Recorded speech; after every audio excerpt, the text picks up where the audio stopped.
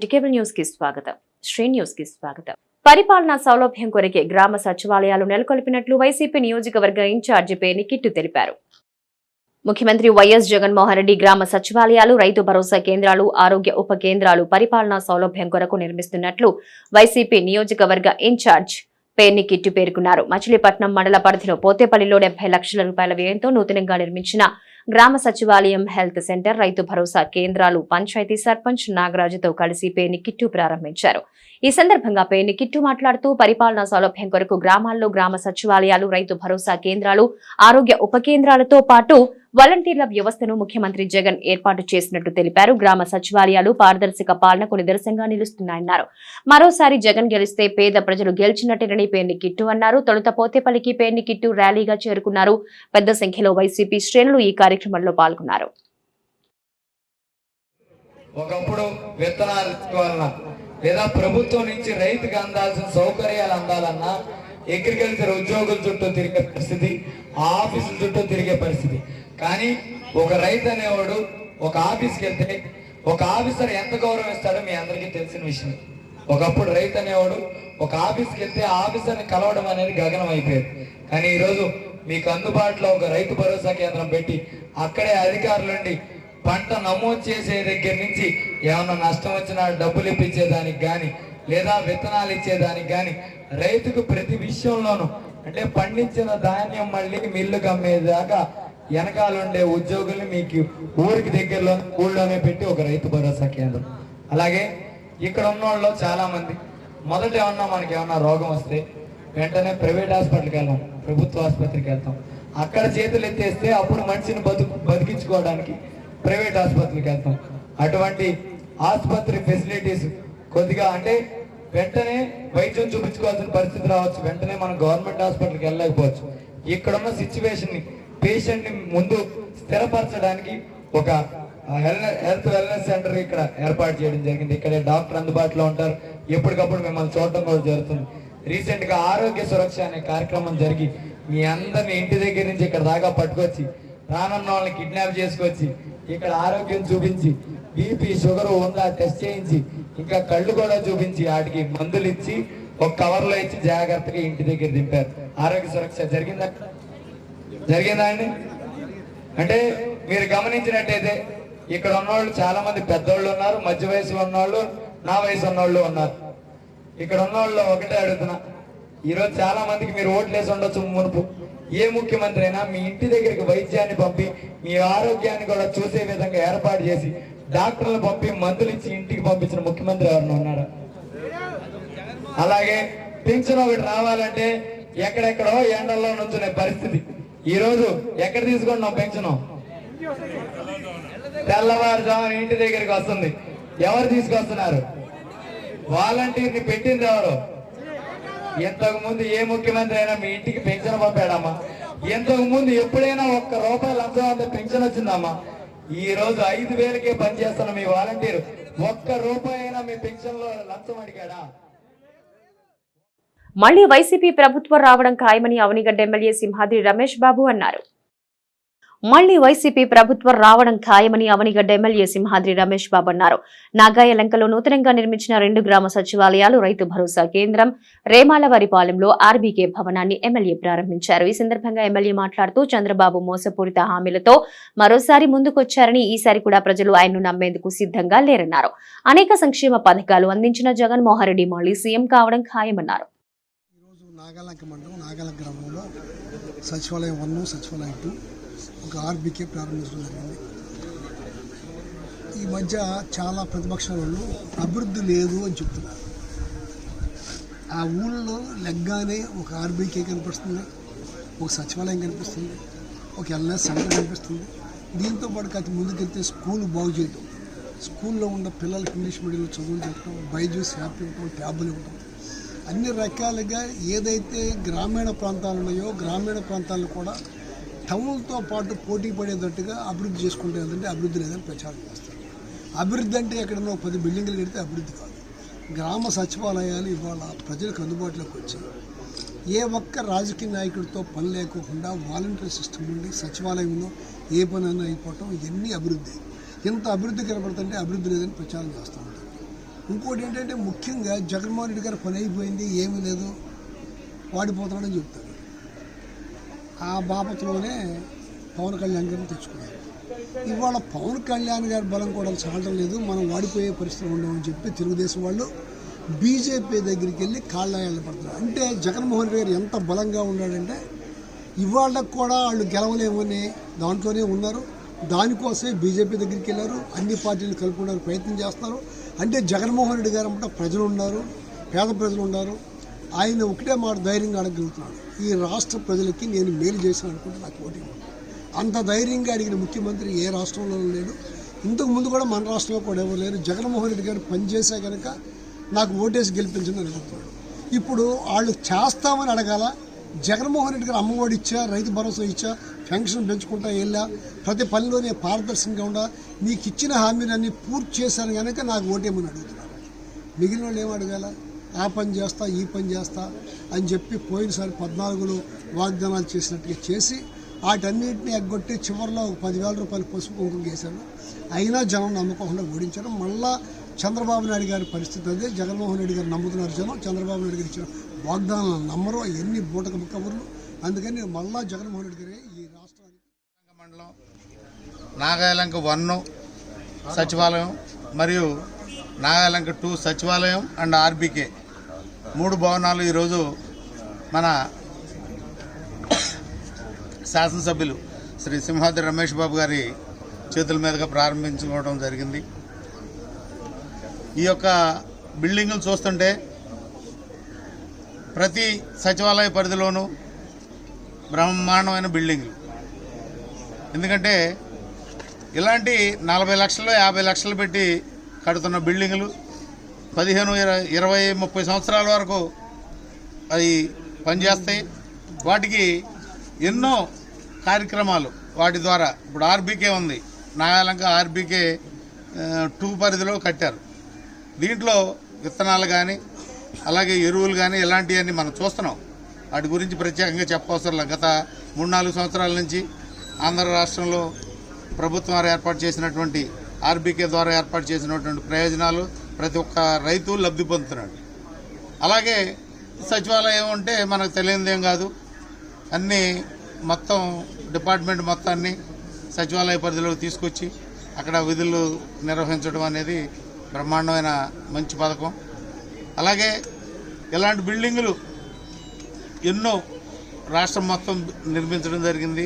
1,000 కోట్లు దీనికోసం ఖర్చు పెట్టడం జరిగింది. అభివృద్ధి లేదు అనే వాళ్ళకి ఇలాంటివి నిదర్శనంగా తీసుకుంటే బాగుంటుంది. ఎందుకంటే ఈ శాశ్వతంగా పడి ఉండే ఇది అలాంటి బిల్డింగులను కట్టి, ఎందుకంటే ఒక్కొక్క ముఖ్యమంత్రికి ఒక్కొక్క విజన్ ఉంటుంది, ఒక్కొక్క గవర్నమెంట్కి. ఈయన విజన్ ఏంటంటే శాశ్వతంగా ఉండే పనులు చేసి 4 కాలాలు నిలిచేటట్టు ప్రజలకు సేవ చేయాలని బిల్డింగ్లు కట్టడం జరిగింది. కాబట్టి మనం ఆ విధంగా ఆలోచించాలి. కాకపోతే ఏంటంటే రాకపోగా ఈ ప్రభుత్వంలో రోడ్లే కొంచెం మైనస్, అవి కూడా స్టార్ట్ చేశారు. మన నాగాలంక మండల పరిధిలో కూడా ఇప్పుడు గణపేశ్వరం నుంచి పెదపాలెం రోడ్డు కూడా స్టార్ట్ చేస్తారు. రేపు 4-5 రోజుల్లో స్టార్ట్ చేస్తారు. టెండర్ కూడా ఖరారు అయిపోయింది. అలాగే రోడ్లు ఇంటర్నల్ లింక్ రోడ్లు కూడా త్వరలోనే పూర్తి చేస్తారు. కాబట్టి అందరూ. AP state government retired employees association ఉమ్మడి కృష్ణా జిల్లా అధ్యక్షుడు రాష్ట్ర ఆర్గనైజింగ్ కార్యదర్శి బి సత్యనారాయణ సింగ్ సేవలు చిరస్మరణీయమని పలువురు వక్తలు కొనియాడారు. AP state government retired employees association ఉమ్మడి కృష్ణా జిల్లా అధ్యక్షుడు రాష్ట్ర ఆర్గనైజింగ్ కార్యదర్శి బి సత్యనారాయణ సింగ్ సేవలు చిరస్మరణీయమని పలువురు వక్తలు కొనియాడారు. బుధవారం జిల్లా సంఘ భవనంలో సత్యనారాయణ సింగ్ సంతాప సభ జరిగింది. ఈ సందర్భంగా వక్తలు మాట్లాడుతూ ఆంధ్రప్రదేశ్ ప్రభుత్వ రిటైర్డ్ ఉద్యోగుల సంఘానికి సత్యనారాయణ సింగ్ ఎనలేని సేవలు అందించారన్నారు. సంఘ పటిష్టతకు ఆయన చేసిన కృషి నిరుపమానమన్నారు. అనంతరం సత్యనారాయణ సింగ్ చిత్రపటానికి పూలమాల వేసి ఘనంగా నివాళులర్పించారు. ఈ కార్యక్రమంలో రాష్ట్ర ఉపాధ్యక్షుడు, జిల్లా అధ్యక్షుడు కారుమూరి రాజేంద్ర ప్రసాద్, జిల్లా కోశాధికారి ఏ శంకర్రావు, జిల్లా కార్యవర్గ సభ్యులు బికి దుర్గారావు, ఎల్ వెంకటేశ్వరరావు, ఎం సత్యనారాయణ, సిహెచ్ తదితరులు పాల్గొన్నారు. బి సత్యనారాయణ సింగ్ గారు అకాల మరణానికి చింతిస్తున్నాము. ఆయన చేసిన సేవలు నిరుపమానము. ఈ యొక్క భవన నిర్మాణానికి సభ్యులతో కలిసి ఆయన చేసిన కృషి ఎనలేనిది. ఆయన పవిత్ర ఆత్మకు శాంతి కలగాలని, ఆయన కుటుంబ సభ్యులకు దేవుడు మంచి కలుగజేయాలని కోరుకుంటున్నాము. AP state government retired employees association పూర్వ జిల్లా అధ్యక్షుడు, పూర్వ రాష్ట్ర organising secretary B Satyanarayana Singh గారు చేసినటువంటి సేవలు నిరుపమానం. సంఘ పటిష్టతకు ఎంతో శ్రమ తీసుకున్నారు. తర్వాత ఈ రిటైర్డ్ ఉద్యోగుల సంఘ భవన నిర్మాణంలో ఆయన యొక్క పాత్ర చాలా ప్రశంసనీయం. మాజీ పార్లమెంటు సభ్యులు అంబటి బ్రాహ్మణయ్య గారు, కొనకళ్ళ నారాయణరావు గారుల ల్యాడ్స్ నుంచి, ఎంపీ ల్యాడ్స్ నుంచి కొంత ఆర్థిక వనరులు తీసుకొచ్చి సంఘ భవన నిర్మాణానికి ఎంతగానో కృషి చేశారు. మరి వారి లేని లోటు చాలా తీరనిది, తీర్చలేనిది. వారి యొక్క సేవలు చిరస్మరణీయం. తహసీల్దార్గా వారు చేసినటువంటి సేవలు, ఒక సంఘ నాయకుడిగా చేసినటువంటి సేవలు చాలా గుర్తుంచుకోదగిన. స్వర్గీయ బి సత్యనారాయణ సింగ్ మా పేషెంట్ గారు, మాజీ పేషెంట్ గారు అయినటువంటి సత్యనారాయణ సింగ్ గారికి ఎక్కడ లేని ఆదరాభిమానం చూరగొన్నటువంటి మా తోటి సోదరులు, మా తోటి ఎన్జిఓ రిటైర్డ్ ఎంప్లాయీస్ అసోసియేషన్గా గుర్తింపు పొందినటువంటి వాళ్ళందరికీ మా హృదయపూర్వక ధన్యవాదాలు తెలుపుతూ వారి ఆత్మశాంతి చేకూరాలని కోరుకుంటూ మనసారా దేవుణ్ణి ప్రార్థించున్నాను. రాష్ట్రంలో పాలనా రంగం పూర్తిగా విలువలు కోల్పోయిందని మాజీ ఉపసభాపతి మండలి బుద్ధప్రసాద్ అన్నారు. రాష్ట్రంలో పాలనా రంగం పూర్తిగా విలువలు కోల్పోయిందని మాజీ ఉపసభాపతి మండలి బుద్ధప్రసాద్ అన్నారు. అవనిగడ్డ తెలుగుదేశం పార్టీ కార్యాలయం వద్ద తెలుగు యువత ఆధ్వర్యంలో తలపెట్టిన అడుగుదాం ఆంధ్ర కార్యక్రమ గోడ పత్రికను మాజీ ఉపసభాపతి మండలి బుద్ధప్రసాద్ ఆవిష్కరించారు. ఈ సందర్భంగా ఆయన మాట్లాడుతూ వైసీపీ పాలనలో రాష్ట్రం అధోగతి పాలైందన్నారు. రాష్ట్రానికి రాజధాని లేక, పరిశ్రమలు రాక అన్ని రంగాల్లో తీవ్ర నష్టం కలుగుతోందన్నారు. ముఖ్యంగా యువతకు ఉద్యోగ అవకాశాలు కల్పించకుండా యువతను పూర్తిగా నిర్వీర్యం చేశారని ఆవేదన వ్యక్తం చేశారు. రాష్ట్రంలో ప్రభుత్వంతో పోరాడితే తప్ప సాధించలేమని ప్రతి ఒక్కరూ రోడ్డుపైకి వస్తున్నారని ప్రభుత్వ ఉపాధ్యాయులు, అంగన్వాడీ ఉద్యోగులు, డిఎస్సీ అభ్యర్థులు ఉదాహరణగా చెప్పారు. మెగా డిఎస్సీ ప్రకటిస్తారని హామీలిచ్చి దగా డిఎస్సీ ప్రకటించి నిరుద్యోగులను మోసం చేశారన్నారు. జిల్లా తెలుగు యువత ఆధ్వర్యంలో జరగబోయే అడుగుదాం ఆంధ్ర కార్యక్రమాన్ని జయప్రదం చేయాలని జిల్లా తెలుగు యువత అధ్యక్షులు దండమూడి చౌదరి సందర్భంగా పిలుపునిచ్చారు.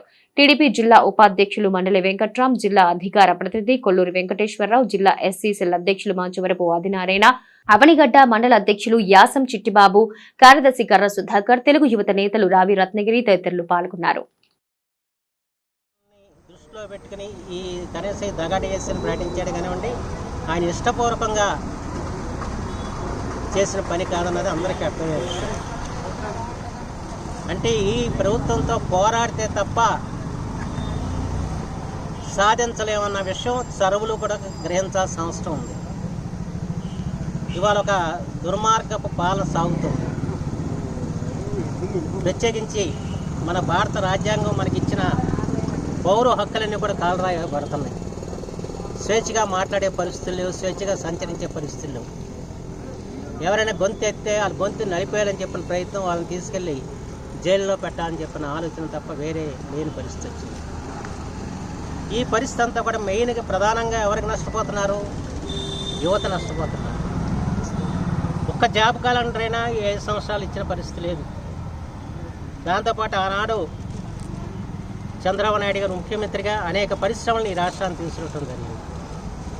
వచ్చిన పరిశ్రమలు వెనక్కి వెళ్ళిపోయాయి. ఒక అమర్రాజా చాలు, అమర్రాజా బ్యాటరీస్ ఇవాళ తెలంగాణకి వెళ్ళిపోయింది. దానివల్ల కొన్ని వేల ఉద్యోగాలు ఇవాళ తెలంగాణకి వెళ్ళిపోయి మనకు లేని పరిస్థితి వచ్చింది. కొత్తగా ఏదైనా పరిశ్రమ పెట్టాడా, కొత్తగా ఏమైనా ఐటీని తీసుకొచ్చారా, లేకపోతే కొత్తగా ఉపాధి కల్పనకు కావాల్సిన కార్యక్రమాలు చేశారంటే శూన్యం. ఓ పక్కన ఇన్ఛార్జ్ గారు బుద్ధప్రసాద్ గారితో పాటుగా నా తోటి తెలుగు సభ్యులు, మన అలాగే తెలుగుదేశం పార్టీ వాళ్ళందరూ కూడా నమస్కారాలు చేసుకుంటున్నాను. ఇప్పుడు ఈ రానున్న రోజుల్లో ఈ 4 సంవత్సరాల నుంచి జగన్మోహన్ రెడ్డి వ్యతిరేకిస్తున్న వ్యతిరేక విధానాలని, అలాగే ఆయన తీసుకుంటున్న నిర్ణయాలన్నింటినీ వ్యతిరేకిస్తూ మేము తెలుగు యువత తరపున ఫిబ్రవరి 25వ తారీఖున ఉయ్యూరు కేంద్రంగా అడుగుదాం ఆంధ్ర అనే పేరుతో ఒక యువతనందరినీ సమీకరించి ఒక మహా కార్యక్రమానికి పూనుకుంటున్నామండి. అంతకుముందు 4 సంవత్సరాల అధికారంలోకి రావడానికి పాదయాత్ర చేసి ఏదైతే అమలుకు సాధ్యం కాని హామీలు 2 లక్షల ఉద్యోగాలు కానివ్వండి, మెగా డిఎస్సీ కానివ్వండి, ప్రతి జనవరికి జాబ్ క్యాలెండర్ కానివ్వండి, సిపిఎస్ రద్దు కానివ్వండి, మద్యపానం నిషేధం చేయింది, ఓటు అడగన అన్న మహావ్యక్తి జగన్మోహన్ రెడ్డి వీటన్నిటినీ కూడా ఏ ఒక్కటి నెరవేర్చకపోగా ఇవాళ ఆయన తీసుకున్న విధానాలన్నింటినీ కూడా వ్యతిరేకిస్తూ రేపు రానున్న రోజుల్లో దగాపడ్డ ఆంధ్రుడా తిరగబడ్డ అని చెప్పిన నినాదంతో అడుగుదాం ఆంధ్ర అనే ప్రోగ్రామ్ని కొనగల నారాయణరావు గారి అధ్యక్షతన ఇక్కడ నుంచి ప్రాతినిధ్యం వహిస్తున్న బుద్ధప్రసాద్ గారి సారథ్యంలో తెలుగుత ఆధ్వర్యంలో ఈ మీటింగ్ కార్యక్రమం జరుగుతుందండి. ఈ మీటింగ్కి వేలాది మందిగా తరలి వచ్చి ఈ మీటింగ్ని సక్సెస్ చేయాలని చెప్పని కోరుకుంటాను. 25వ తారీఖున కృష్ణా జిల్లా తెలుగు యువత తరపున మన దండమూరి చౌదరి గారి ఆధ్వర్యంలో ఉయ్యూరులో అడుగుదాం ఆంధ్ర అని చెప్పి కార్యక్రమం పెడతాం జరిగింది. యువకులందరూ కూడా ఆ కార్యక్రమానికి వచ్చేసి రావాలి. మన యొక్క సమస్యల్ని మనం అక్కడ అందరం కూడా నోరెత్తుదాం తప్పకుండా. ఎందుకంటే ఈరోజు ఒక పరిశ్రమ లేదు, ఒక ఉద్యోగం లేదు మన రాష్ట్రంలో. అటువంటి పరిస్థితుల్లో మనమందరం బయటకు వచ్చి ఈరోజు ప్రభుత్వాన్ని ప్రశ్నించాల్సిన అవసరం ఈరోజు యువకులకి అందరికీ ఉంది. తప్పకుండా రేపు 25వ తారీఖున ఉయ్యూరు అడుగుదాం ఆంధ్ర అని చెప్పి కృష్ణా జిల్లా తెలుగు యువత పిలుపునిచ్చింది. దానికి తప్పకుండా అందరూ హాజరై ఆ కార్యక్రమాన్ని విజయవంతం చేయాలని చెప్పి ప్రతి ఒక్కరిని. మోపిదేవిలో స్వయంభుగా కొలువుతీరిన శ్రీవల్లి దేవసేన సమేత సుబ్రహ్మణ్యేశ్వర స్వామి వార్షిక బ్రహ్మోత్సవాలు ఘనంగా ప్రారంభమయ్యాయి. మోపిదేవిలో స్వయంభుగా కొలువుతీరిన శ్రీవల్లి దేవసేన సమేత శ్రీ సుబ్రహ్మణ్యేశ్వర స్వామి వార్షిక బ్రహ్మోత్సవాలు ఘనంగా ప్రారంభమయ్యాయి. ఆలయ సహాయ కమిషనర్ నల్లం సూర్య చక్రధర్రావు ఆధ్వర్యంలో కొమ్మూరి ఫణికుమార్ శర్మ, ఆలయ ప్రధాన అర్చకులు బుద్ధ పవన్ కుమార్ శర్మల బ్రహ్మత్వంలో బ్రహ్మోత్సవాల్లో మొదటి రోజు ఆలయ సూపరింటెండెంట్ బొప్పన సత్యనారాయణ ప్రత్యేక పూజలు నిర్వహించారు. తొలుత యాగశాల ప్రవేశం, విఘ్నేశ్వర పూజ, పుణ్యాహవచనం, అంకురారోపణ, వాస్తు పూజ, ధ్వజారోహణ, బలిహరణ, ధ్వజపట ప్రతిష్టాపన, నీరాజన మంత్ర పుష్పాలను శాస్త్రోక్తంగా నిర్వహించారు. వార్షిక కళ్యాణ మహోత్సవాలు పురస్కరించుకుని ఆలయ ప్రాంగణంలో మహిళా భక్తులు కోలాటం, అలాగే భక్తి పాటల కచేరీ కార్యక్రమాలు ఏర్పాటు చేశారు.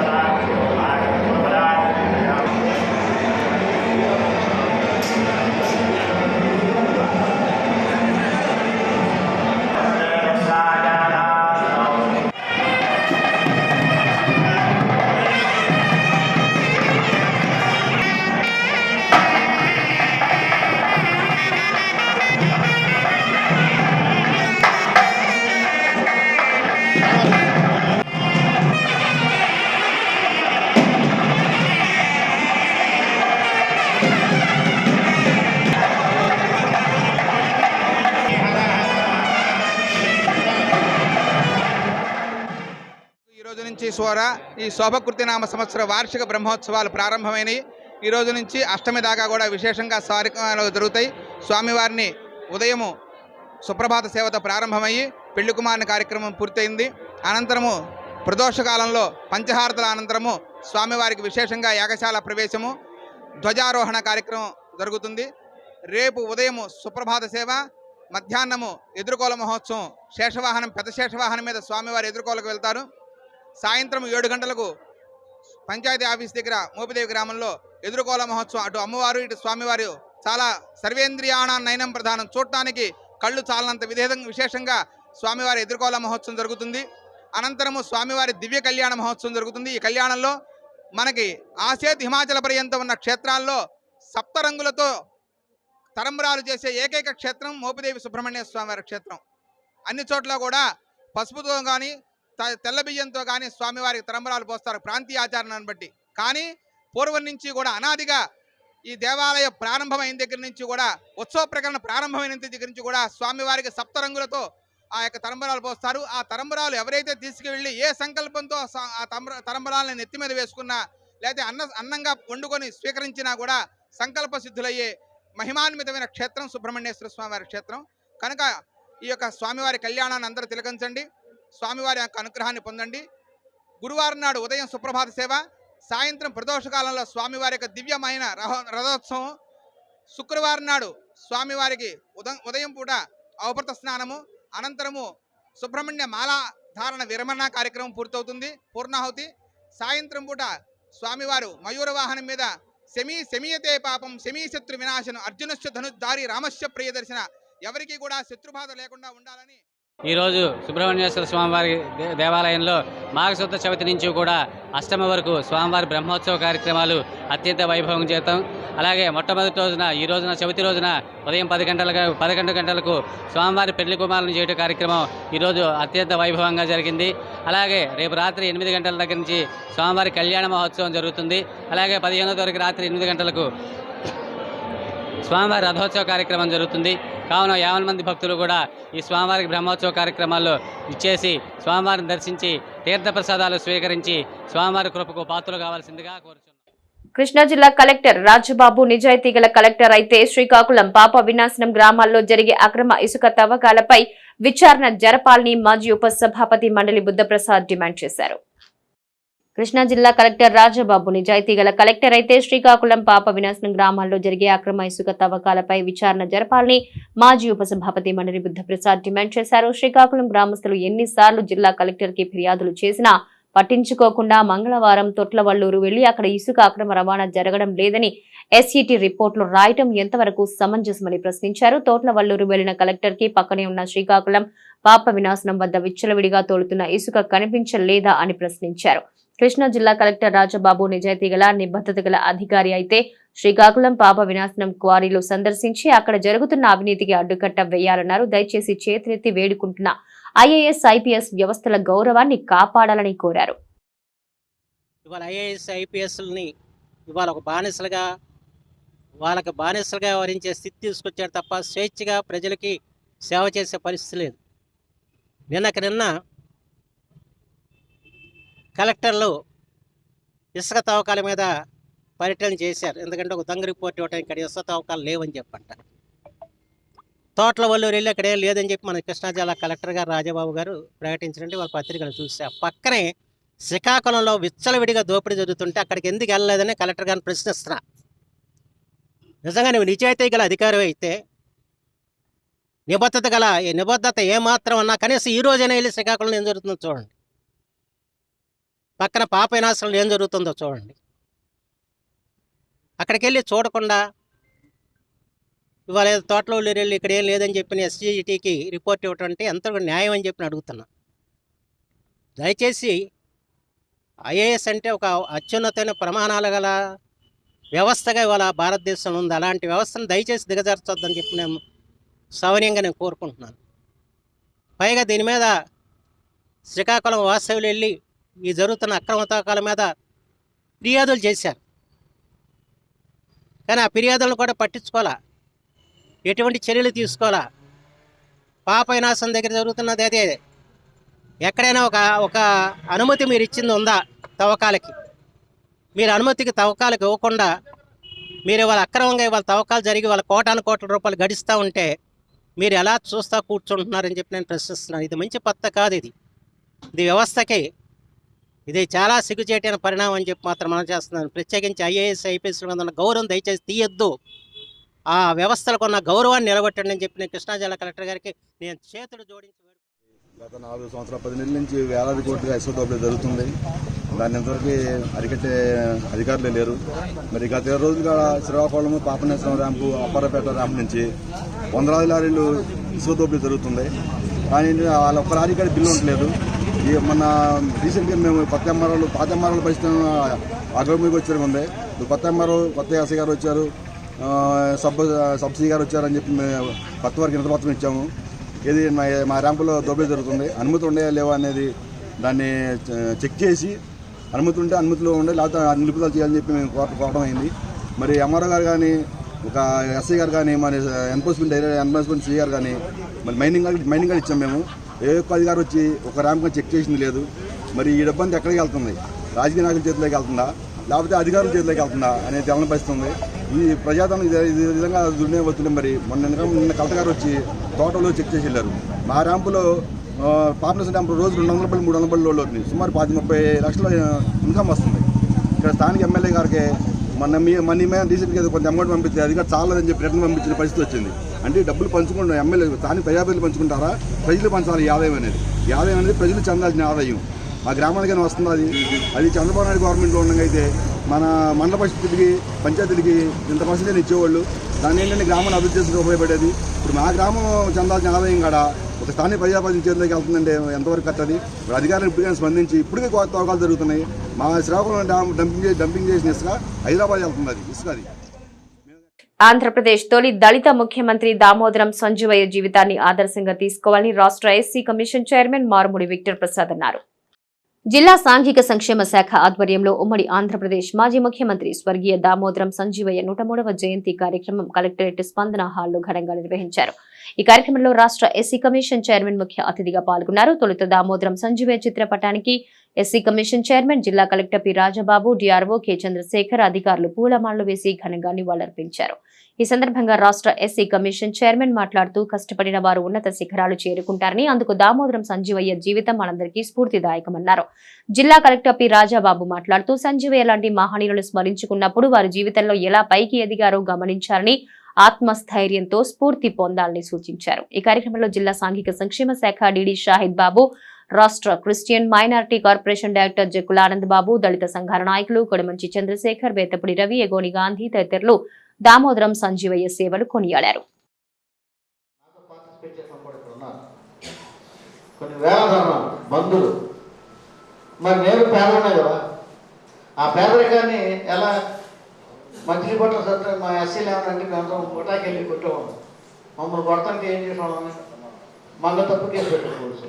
ఊరే ఇల్లు పెట్టాలంటే మాలో లాయర్ లేడు. ఖచ్చితంగా వెళ్ళి మరి నేను హైదరాబాద్ పోయి డిగ్రీ చదివి, ఎంఏ చదివి, ఎల్ఎల్బీ చదివి నాకు ఎంఫిల్ వచ్చింది, బీసీఏ వచ్చింది. చేయమన్నారు ఎంఫిల్ చేయమని ప్రొఫెసర్గా చేస్తాను. అప్పుడు బీసీ చేయడం లేదు, నేను లా చదివి కావాలని మా పరిస్థితులలో ఉన్న ఇక్కడికి వచ్చి లా చదివి మీ అందరూ తెలుసు నేనేం చేశాను. అనేక ఉద్యమాలు చేశాను. ఆ ఉద్యమాల్ని నేను చేసిన చరిత్రను గుర్తించిన గౌరవ జగన్మోహన్ రెడ్డి గారు అత్యంత పేదవాడిని నన్ను తీసుకెళ్ళి ఎక్కడ పెట్టారు, ఆకాశం ఎత్తుకెళ్ళి పెట్టాడు. ఎస్సీ ఎస్సీ కమిషన్ చైర్మన్గా క్యాబినెట్ ర్యాంక్ ఇచ్చారంటే నా పొలిటికల్ బ్యాక్గ్రౌండ్ మీ అందరికీ తెలుసు. కష్టపడిన వాడు మాత్రమే పైకి వస్తాడు. మీ అందరికీ ఒకే మాట చెప్తున్నా, మీరు ఏ వృత్తినే ఎన్నుకోండి, ఆ వృత్తి మీద పూర్తి కాన్సన్ట్రేషన్తో, ఓర్పు సహనంతో లక్ష్యాన్ని చేరుకుంటానికి తపన పడాలి. అప్పుడు మాత్రం మనం ఉన్నత స్థాయికి వెళ్ళాలి. ఇప్పుడు మన కలెక్టర్ గారు కూడా అంతే కదా, కలెక్టర్ గారు కూడా ఏం చేయాలి. ఇంకొక ఎస్సీ బీసీ ఎస్టీ మైనారిటీకి ప్రమోషన్స్లో రిజర్వేషన్ పెట్టింది ఆయన ఇంప్లిమెంట్ చేశాడు. రాజ్యాంగంలో ఉన్న అమలుపరిచేవాడు కాదు కదా, కావాలి కదా. బాబాసాహెబ్ అంబేద్కర్ రాజ్యాంగం రాజ్యంలో స్పష్టమైన మాట చెప్పాడు, ఈ దేశంలో ఇది మతాలు, కులాలు, ప్రాంతాలు, వర్గాలు, సంస్కృతులు అన్నింటినీ అధ్యయనం చేసి ఒక అద్భుతమైన రాజ్యాంగాన్ని నేను అందించాను భారతదేశ ప్రజలకు. నేను ఎంత కష్టపడి రాస్తే ఈ రాజ్యాంగాన్ని అమలుపరిచేవాడు చిత్తశుద్ధి గలవాడైతే ఈ ఫలితాలు ప్రతి భారతీయుడికి 140 కోట్ల మంది ప్రజలు అందుతున్నారు. కానీ అమలుపరిచేవాడు చిత్తశుద్ధి అంటే ఇది చిట్టుదాయితో సమానం. నేనే కాల్చేస్తాను. చదవాలి, చదువు ద్వారా మనం ఈ రుగ్మతల్ని ఛేదించాలి. దీని యొక్క ముఖ్య ఉద్దేశం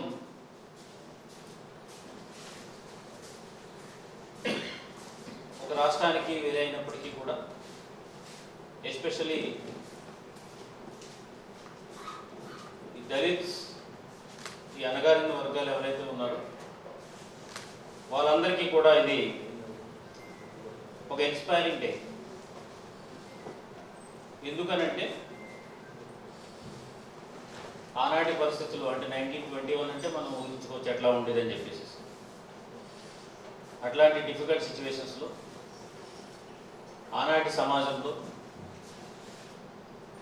విద్య కొందరికి అనేటువంటి సమాజం ఉన్నప్పటికీ అందులోంచి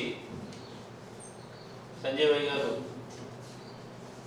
విద్య పట్ల ఆసక్తి చూపించి తనకున్నటువంటి లిమిటెడ్ రిసోర్సెస్తో చదువుకున్నారు. కనుకనే ఒకవేళ ఏదైనా అవకాశం ఫ్యూచర్లో ఆయా పరిస్థితులు బట్టి వచ్చినా దానికి అందుకునేవాడు కూడా ఉండాలి. కాబట్టి ఆ చదువుకున్నారు కాబట్టి చదువుతో పాటు ఆయనకు నిజాయితీ ఉంది కాబట్టి రాష్ట్రంలో ఒక అత్యున్నతమైనటువంటి పదవికి ఆయన ఎన్నుకోవడం జరిగింది. మనం తీసుకోవాల్సింది ఏంటంటే డిఫికల్టీస్ అనేవి అందరికీ ఉంటాయి. కొన్ని సామాజికంగా కొన్ని తరాల బట్టి, కొన్ని యుగాలు బట్టి, అక్కడ జరిగినటువంటి పరిస్థితులు బట్టి కూడా ఆ డిఫికల్టీస్ అనేవి, ఆ ఇబ్బందులు అనేవి కొందరికి అలా ప్రొలాంగ్ అవుతూ ఉంటాయి. అయితే గతాన్ని నేను ఎప్పుడు కూడా మీ అందరికీ చాలామందికి చెప్పేది ఏంటంటే, గతము అనేది మనకి తెలుసుకోవడం వరకే తప్ప దాన్ని రోజు తలుసుకొని దాంట్లోనే బ్రతకడం అనేది కరెక్ట్ అయిన పద్ధతి కాదు. గతం గురించి ఎక్కువగా మాట్లాడుకుంటూ ఉంటే అందులోనే తిరుగుతూ ఉంటాం. గతం అనేది నీకు ఒక లెసన్లో ఉండాలి. గతం అనేది ఇట్లాంటి పరిస్థితులు ఉన్నప్పుడు వాళ్ళే ఇంత కష్టపడి ఇట్లా వచ్చారు కాబట్టి, ఇప్పుడు ఆ పరిస్థితులు లేవు కాబట్టి నాకంటూ ఒక ఇండివిజువాలిటీ ఉంది, నాకంటూ ఒక ప్రపంచం ఉంది, నేను కూడా ఒక రికగ్నైజ్డ్ పర్సన్ అని అనుకున్నప్పుడు నువ్వు ఎదగడానికి ఇంకా మంచి అవకాశాలు ఉన్నట్టుగానే మనం భావించి దానికోసం మనం అందుకోవడానికి మనం అందరూ కూడా ప్రయత్నం చేయాలి. 2 సంవత్సరాల్లో మనం చాలా జయంతి సందర్భాలు చూసాము. అంటే గతంలో నేను 27 ఇయర్స్ సర్వీస్లో చాలా, అంటే మనకు తెలియని హిస్టరీ, ఒక అతను కూడా చెప్పారు, హిస్టరీ అనేది మర్చిపోతే భవిష్యత్తు ఉండదు అనేది ఒక నానుడి ఉంటుంది. భగీరథ అంటే తెలియదు, భగీరథ జయంతి అని ఒకటి పెట్టారు. అదేవిధంగా బసవ జయంతి అని, అంటే చాలా, అంటే గవర్నమెంట్ ఇచ్చిన ఫోకస్ మన చరిత్ర ఏంటి, మన దేశం ఏంటి, దీనిలో ఉన్న ప్రముఖులు ఏంటి అనే దాని మీద ప్రతి సందర్భంలో కూడా కొత్త కొత్త గతంలో లేని జయంతి సందర్భాలన్నీ కూడా ఈ గత 2 సంవత్సరాల కాలంలో నిర్వహించడం జరిగింది. So thanks to the government. అదేవిధంగా దామోదర సంజయ్ గారి జయంతి ఉత్సవాలు కూడా ఈరోజు జరుపుకుంటున్నాము. మరి ఒక మనిషి పైకి రావాలంటే ప్రతి దేశంలో ఒక్కొక్క సంస్కృతి, ఒక్కొక్క రాజ్యాంగం ఉంటుంది. సో ఆయనకి వచ్చిన అవకాశాలను కూడా కల్పించే గొప్ప రాజ్యాంగం మన దేశానికి రచించిన అంబేద్కర్ గారికి ముఖ్యంగా ధన్యవాదాలు తెలుపుతున్నాను. సో ఆయన జీవితం, ఆయన దీనిలో హిస్టరీ చూస్తే 48 రూపాయల 80 పైసలకి జీతానికి స్టార్ట్ చేశాడు. అంటే మనకి ఇప్పుడున్న జీతంతో పోలిస్తే మరి ఆయన ఎంత స్ట్రగుల్ ఫేస్ చేస్తూ జాబ్ చేసుకుంటూ, ప్రైవేట్ జాబ్, మళ్ళీ interest, out of his interest పొలిటీషియన్గా ఎంటర్ అయిపోయి దాని మీద మళ్ళీ పొలిటీషియన్గా ఉన్న సిటీ కేబుల్ న్యూస్ సమాప్తం.